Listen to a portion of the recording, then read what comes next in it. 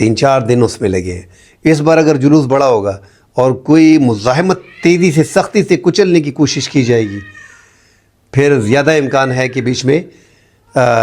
خون خرابہ ہو، اللہ نہ کرے۔ اگر خون خرابہ ہوتا ہے تو یہ موومنٹ مزید آگے جائے گی اور پھر یہ اس کو روکنا بڑا مشکل ہو جائے گا۔ تو اللہ کرے کہ جو مذاکرات چل رہے ہیں، جو ونڈو اوپن کی ہے پاکستان تحریک انصاف، عمران خان نے جو کمیٹی بنائی تھی، ان سے جو ملاقاتیں چل رہی ہیں، اور اسٹیبلشمنٹ نے بھی اس بار جو ہے وہ رابطہ کیا ہے اور ایک آپشن اپنی دی ہے کہ آپ پہلے 24 نومبر کی تاریخ کو ختم کریں اور 30 نومبر کو جو ثمرات ہیں وہ ایسا ایسا آپ کو ملنے شروع ہو جائیں گے۔ اب دیکھتے ہیں کہ عمران خان اس پہ سٹانس کیا لیتے ہیں، اس کا جواب کیا آتا ہے، ری ایکشن اس کا کیا آتا ہے۔ کل کا دن بڑا اہم ہے، کل پتہ چل جائے گا کہ عمران خان کیونکہ جمعرات کا دن ہے، انہوں نے کہا ہے کہ اس کے بعد مذاکرات کوئی نہیں ہوں گے، تو کل کے بعد ذرا صورتحال مزید واضح ہو جائے گی۔ ایک بات کلیئر ہو گئی ہے کہ مذاکرات جو اسٹیبلشمنٹ سے چل رہے ہیں